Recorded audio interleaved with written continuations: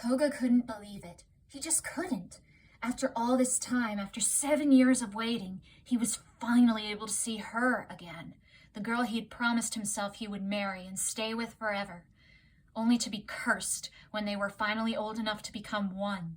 Even so, he knew Aaron would be able to do something about his curse, even if it only brought him a little more time before he turned into a complete werewolf.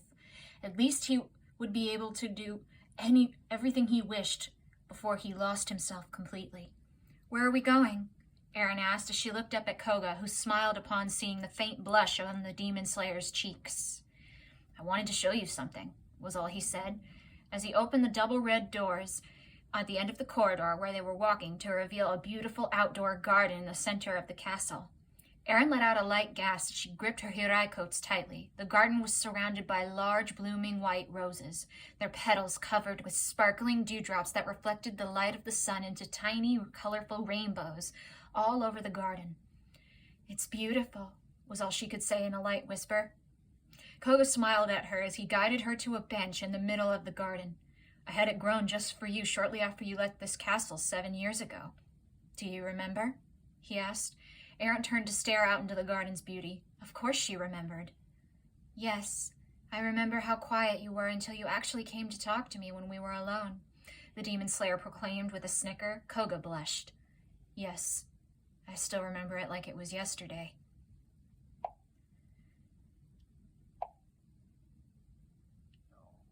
"7 years ago, young 13-year-old Koga Okami stood by his father and mother as the 4 demon slayers of the White Rose village entered the castle's courtroom.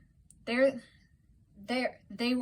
were here to help rid the Okami clan of the terrible giant ogre trio that had threatened to take their land. Koga, however, wanted nothing more than to walk away from the current scene and play with his newborn sister, Ayame, rather than stand around and be silent like, as his father put it, a good son. But he knew his father would scold him later for just objecting to being here, as he did earlier.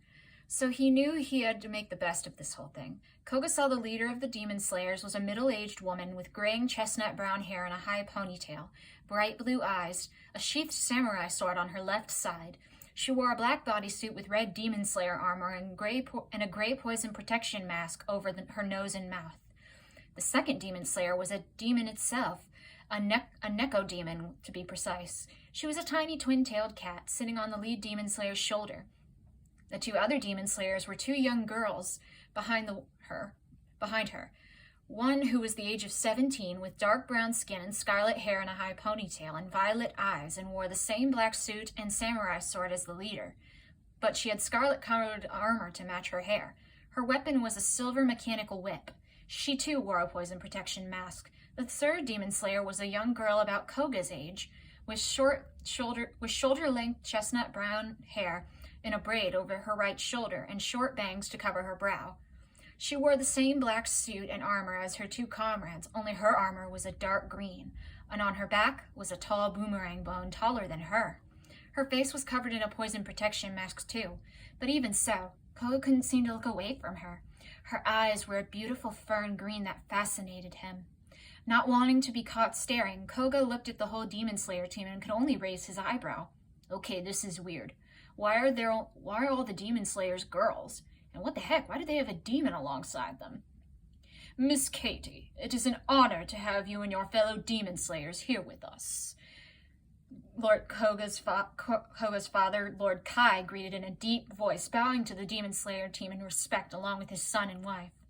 Lord Kai had short black hair and black eyes like coal.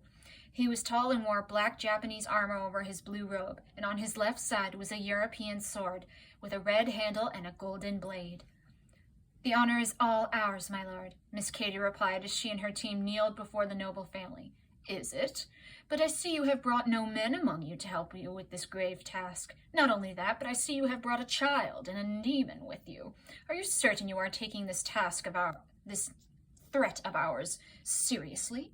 Lord Kai questioned with a slight chuckle, making his son want to glare at him, but he remained silent like a good son. The scarlet-armored demon slayer frowned, but before she could even open her mouth to speak, Miss Katie beat her to the punch. "I assure you, my lord, that they are the 3 of the best demon slayers in my village. Not only that, but Kilala here is harmless to those who mean no harm to her or those in her family, such as us. Miss Katie stayed firmly, doing her best to keep her patience with Lord Kai, who simply smiled tolerantly at the Slayer team. Very well. As you all know, these ogres are... But whatever the Lord was about to say next was cut off as the doors of the castle courtroom burst open to reveal a young teen Ginta and Hekaku in the doorway, breathless. They never learn, Koga thought to himself as he watched his father's face redden with anger. What? Lord Kai thundered. My lord, we... Ginta started, only to be cut off by a frantic Hekaku. They're here! The ogre brothers are here! They're attacking the walls of the castle! The room was silent, but only for a moment. Slayers, if you will, please save our land and people, Lord Kai said with a great concern in his voice. But Koga knew better than to be fooled by his father's so-called sympathy.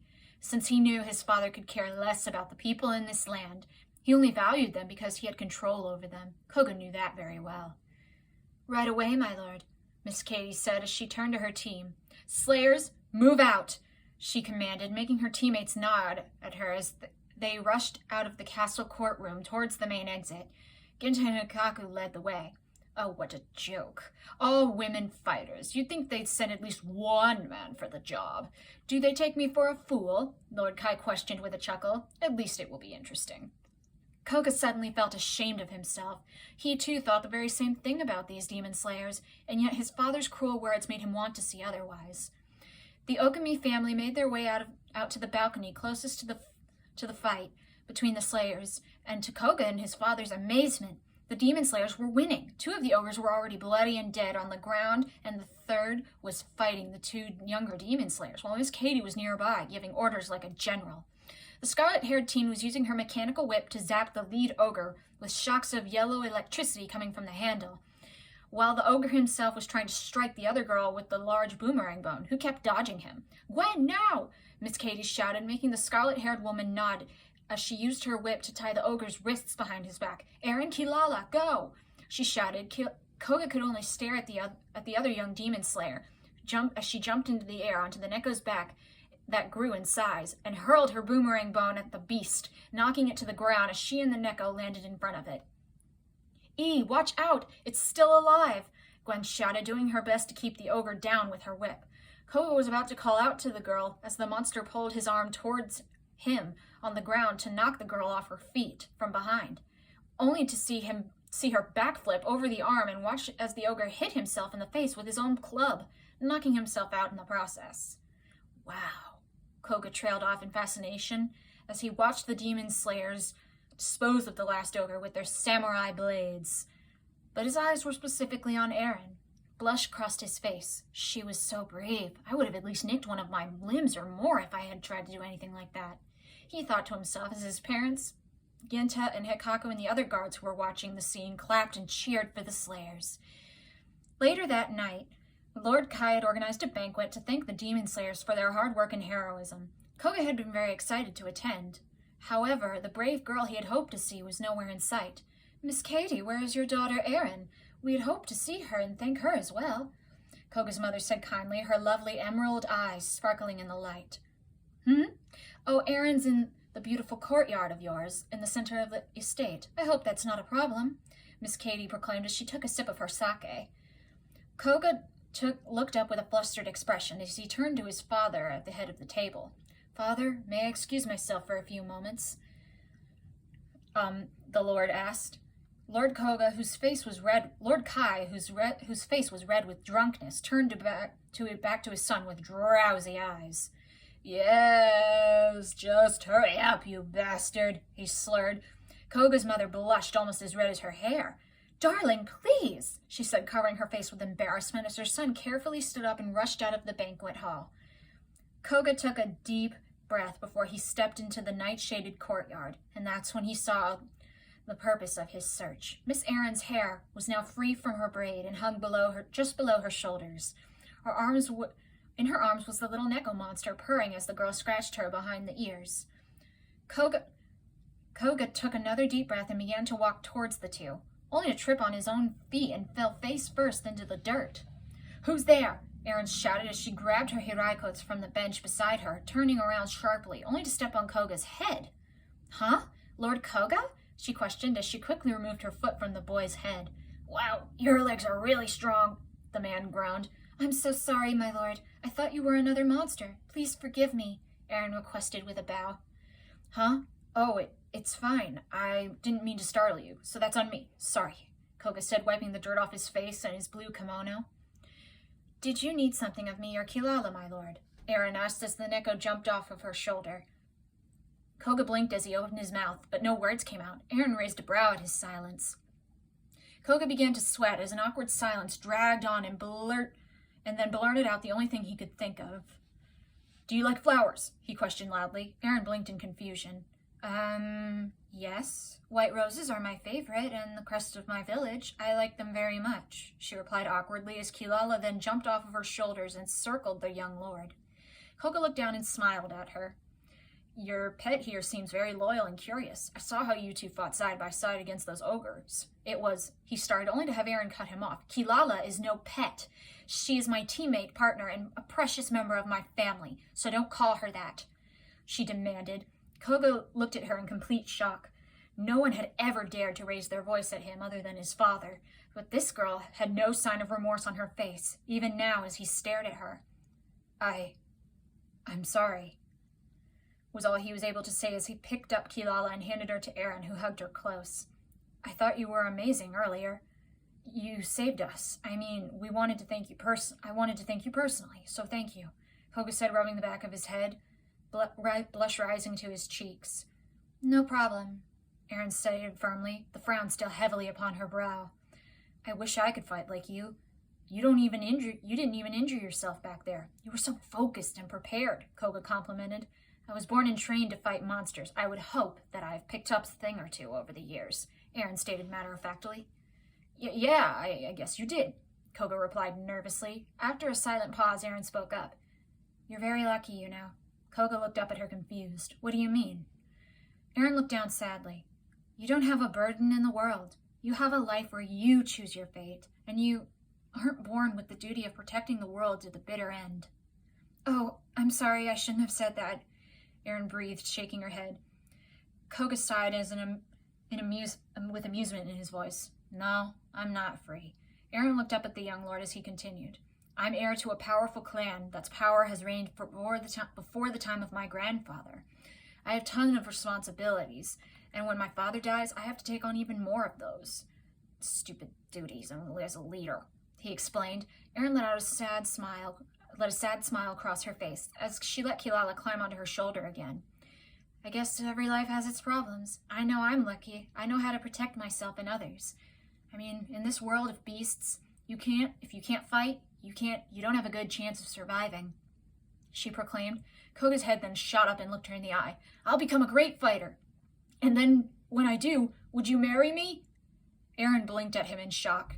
Koga looked at almost as surprised as she was. What the hell possessed me to say that? He wondered to himself.